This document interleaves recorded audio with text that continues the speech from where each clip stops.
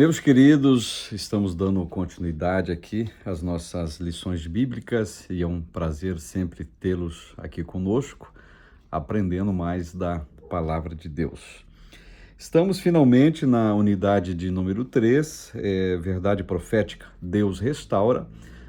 Falamos isso na aula de número 8, apresentando os três profetas, digamos, profetas da restauração, que no caso são profetas pós-cativeiro.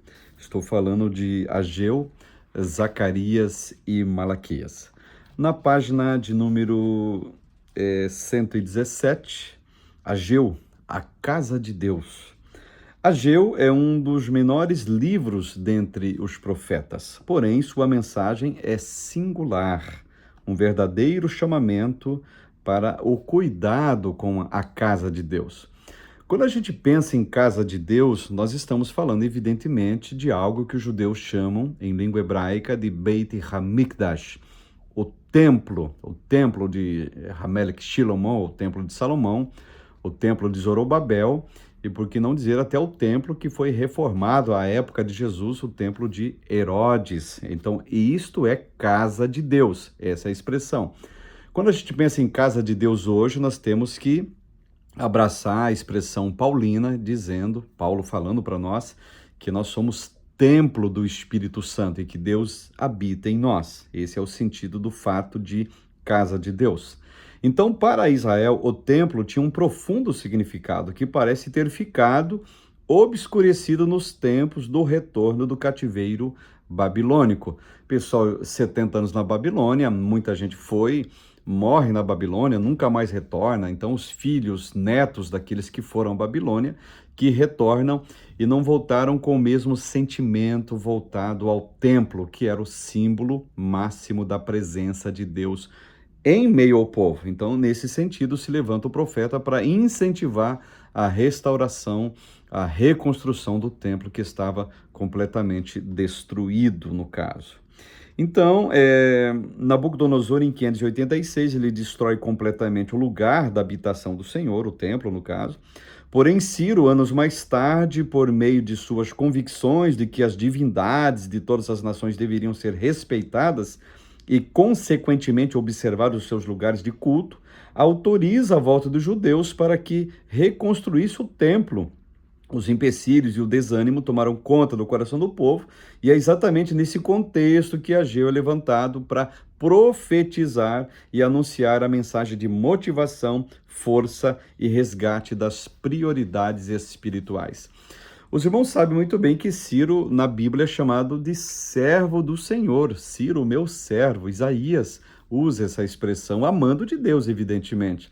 Mas ele não é servo no sentido litúrgico da coisa toda. Não, pelo contrário, ele é um homem, foi um instrumento usado por Deus para que os cativos voltem e para que essa dinâmica que Ciro pensava, olha, todas as divindades têm que ser respeitadas, então o Deus dos judeus também tem que ser respeitado, então autorizo a reconstrução do templo dos judeus, eles podem voltar para fazer a casa do Deus que ele serve. Não que Ciro, agora, desculpe o termo, se tornou agora um crente, um cristão, um crente fervoroso que carrega a Bíblia, a harpa. Estou brincando nesse ponto, é só uma metáfora, mas para que os irmãos me entendam o que eu quero dizer. Autoria, data e local da escrita de Ageu. O livro de Ageu foi escrito pelo profeta que leva o seu nome, está lá no capítulo 1, versículo 1. O seu nome significa festa e é possível que tenha nascido durante o período de festas em Israel. Não se tem muita informação acerca de sua vida e da sua biografia. E o MacArthur, ele pontua que Ageu tinha contemplado toda a glória do templo de Salomão. Observe, com base no capítulo 2, versículo 13, ele diz o seguinte: quem há entre vós que, tendo ficado, viu esta casa na sua primeira glória? E como a vedes agora, não é esta como nada em vossos olhos comparada com aquela? Então Ageu, ele tinha a convicção de que aqueles judeus que voltam do cativeiro, que tinham conhecido toda a glória do templo de Salomão antes da queda para a Babilônia, Claro que o templo agora está destruído, está diferente, e eles agora estão priorizando outras coisas. E é nesse contexto que o profeta Ageu se levanta. Qual é o tema do livro do profeta Ageu, página 118? O tema de Ageu envolve a reconstrução do templo, destruídos pelo exército da Babilônia, sob o comando de Nabucodonosor em 586.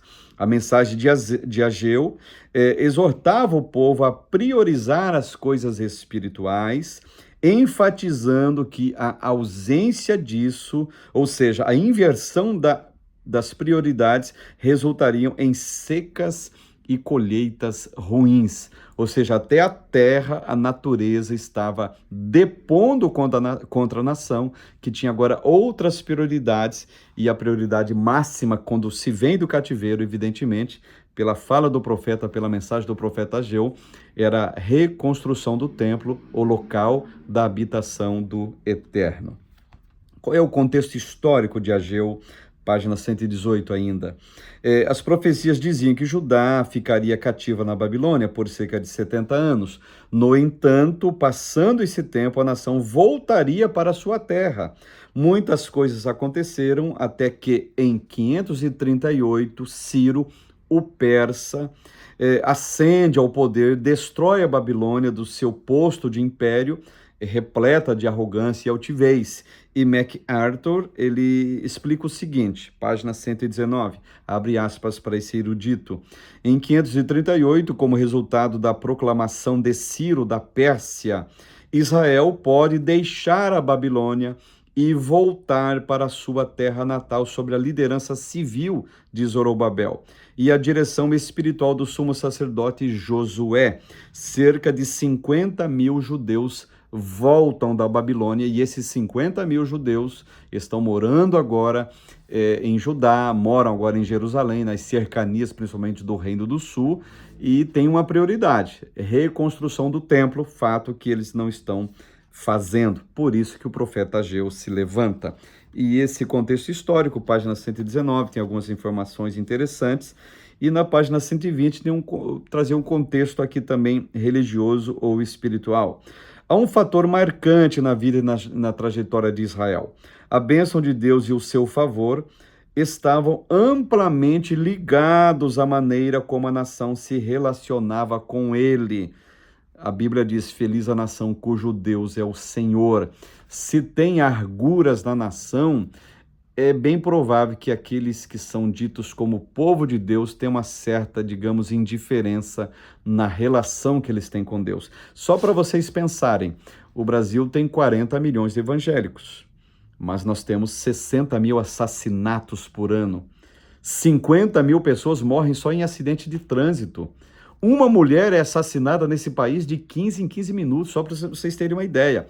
Então tem alguma coisa errada que esse povo que se diz pelo nome do Senhor tem uma certa, digamos, pelo texto de Ageu e pelo que nós entendemos da Escritura, nesse sentido, tem uma certa carga de culpabilidade pela doença do pecado que afeta a nação nesse sentido social, que é o que eu aplico agora. Esse contexto espiritual é bom que vocês analisem também, os que têm a lição, o livro, página 121, e vai até a página 122, e aqui algumas análises rápidas dos principais aspectos do livro do profeta Ageu. Então o profeta Ageu convoca o povo para aplicar o coração aos próprios caminhos. O profeta Ageu, repetindo, provoca o povo para aplicar o coração aos próprios caminhos.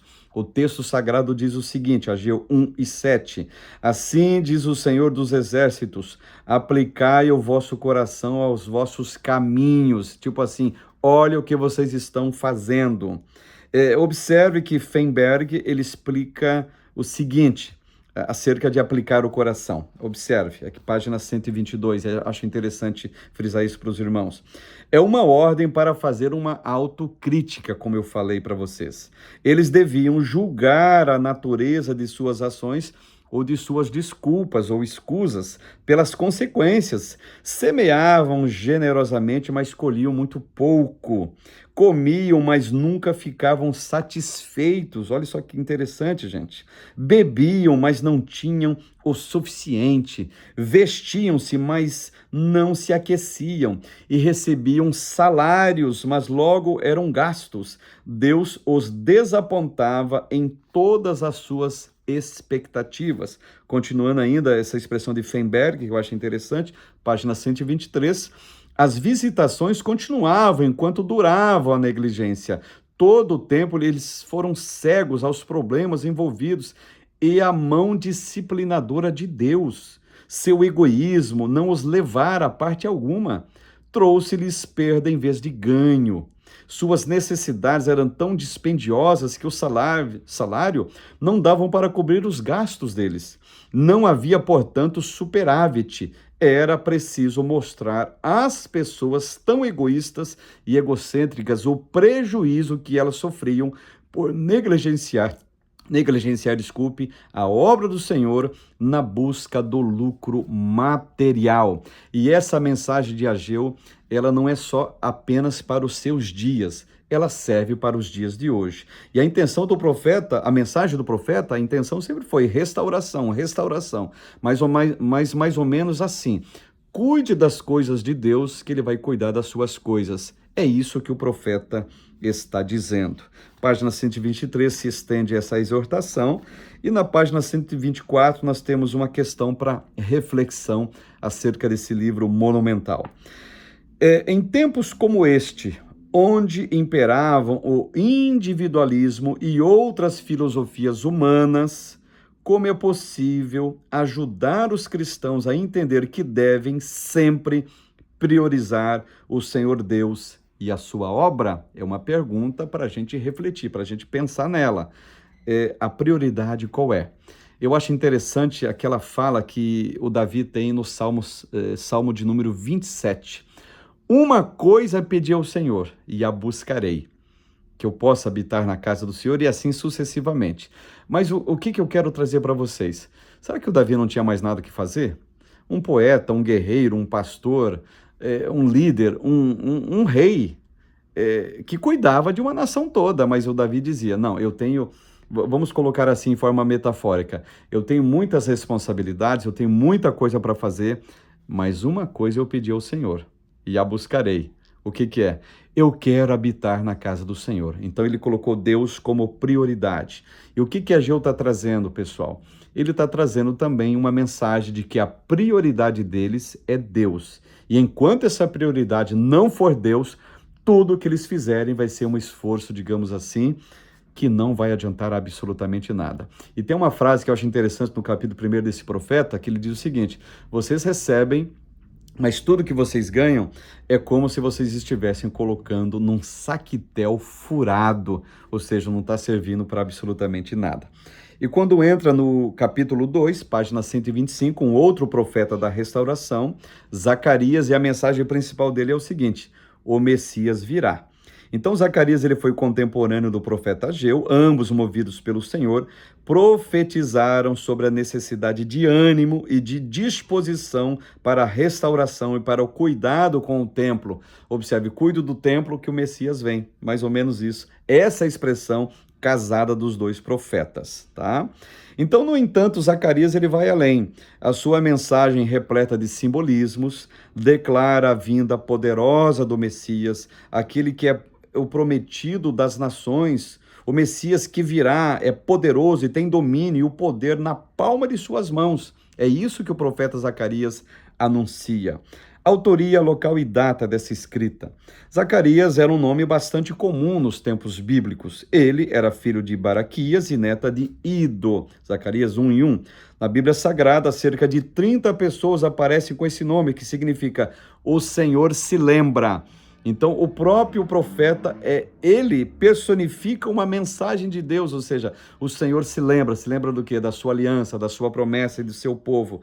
A tradição defende que o profeta Zacarias foi o próprio autor desse livro, embora estudiosos acreditam que outra personagem escreve os capítulos 9 a 14, mas isso é uma questão de ponto de vista teológico de alguns eruditos. Não há muito proveito nessa discussão, porém, alega-se que a seção de 9 a 14 indica uma situação histórica dentro e fora de Jerusalém, distinta da que se observa descrita nos capítulos do 1º até o 8º. E assim sucessivamente vem essa expressão. Nós temos na página de número 127, qual é o tema do profeta Zacarias? O tema de Zacarias envolve a necessidade de reconstruir o templo, tá? Casado com Ageu, a mesma mensagem, digamos, tá? Tão importante para a nação de Israel, o templo, no caso. Enquanto Ageu, ele principia uma espécie de avivamento, Zacarias trabalha para que o povo deixe de lado a indiferença, o pecado e confie mais em Deus, agindo de maneira positiva, motivando o povo à reconstrução, pois as bênçãos viriam, sendo que a maior delas seria o quê? A chegada auspiciosa do Messias. E nós daremos continuidade no próximo vídeo. Não saia daí, fique conosco.